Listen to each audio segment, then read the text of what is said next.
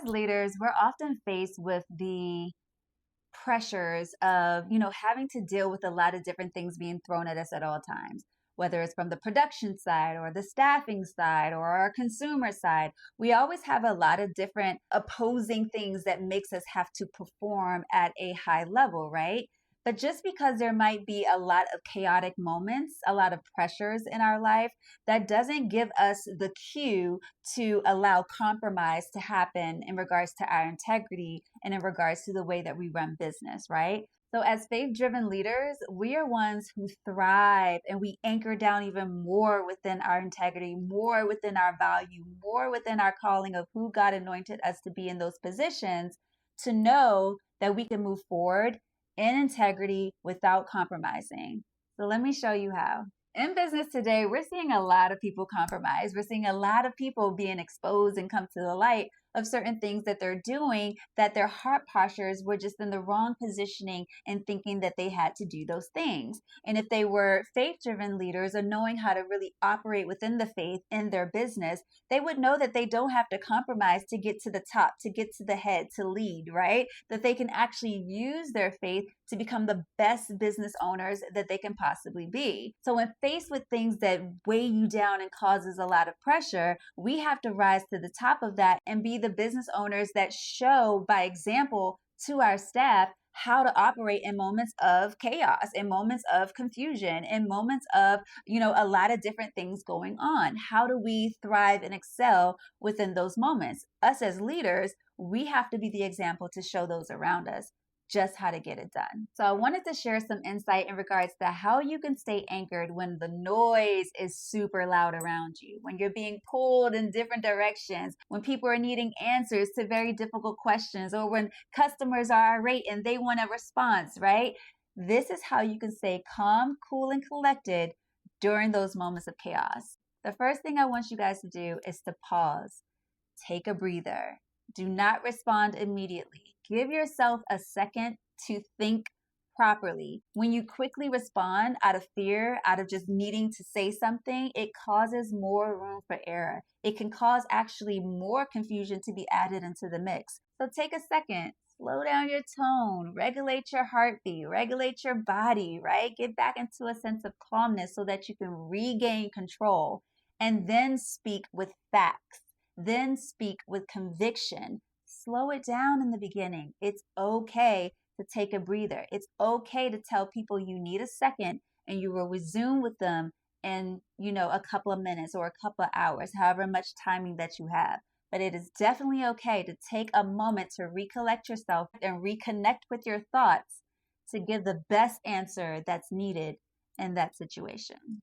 The next key point is to return to your core values. Ask yourself, does the decision I'm about to make, does it align with who I am? Does it align with what I'm anointed to do? Does it align with who God called me to be? Does it align with me? Does it align with the mission of my company, right? Or does it cause me to compromise? Does it cause me to sway a little bit from that foundation of what I know I am in the business is, right?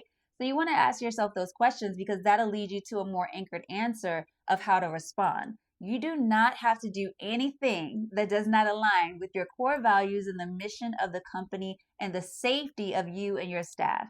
So just ensure that you have those answers in alignment first before responding and before taking any actions of moving forward.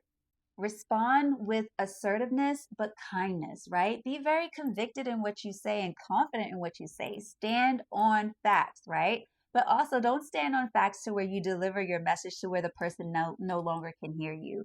What I mean by that is like if you can say something to someone and because of your delivery style, because of the way you said it, how your body language was, how your eyes and all of that was, the tone of your voice, if it was received in a negative way, it doesn't matter if what you said was factual. The person is no longer hearing you because they're seeing everything else you got going on, right? They're seeing and hearing the innuendos, they're hearing the tone, they're seeing the body language.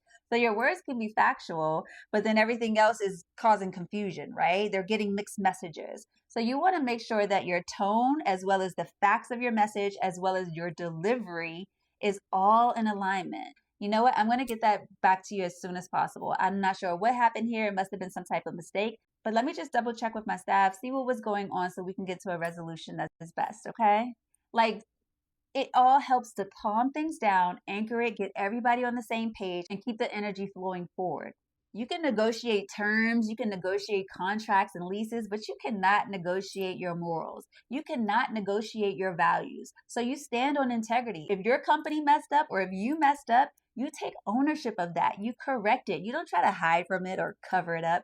No, you don't lower your standards. You actually put your standards into use. You actually show them what your standards are by making sure that you correct what's in error there, right? You show your integrity during those moments where maybe the light doesn't look best on you, but that's okay because those moments will happen, right?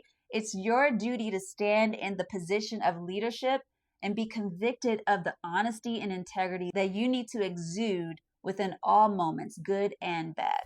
And then lastly, I just want to remind you guys that you create the energy in the room. You don't match energy, you create it, you cultivate it, you build it, and you grow it. You lead with the energy that you have so that it shifts and changes the dynamic of a room. You ever show up in a room where the energy was super low and then you or maybe somebody came into it and it's like, oh, the energy is so high, it's so engaging, it's so all of those things?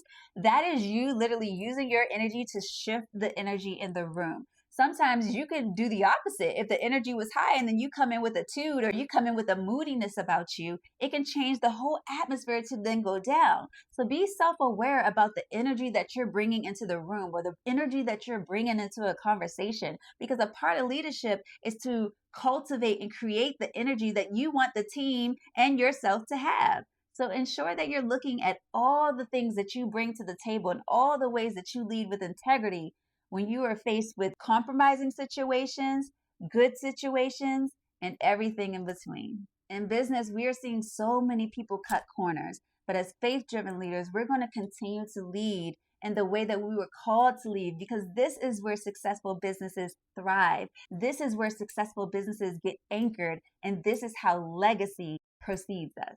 I hope this video and the messaging helps to anchor in how business is done or how business should be done, right? And how by leading by example and with true integrity can help shape the support of our customers, clients, and everyone in between. If you're looking for more leadership coaching tips, go to my homepage and check out some of my previous videos. I'll see you in the next one.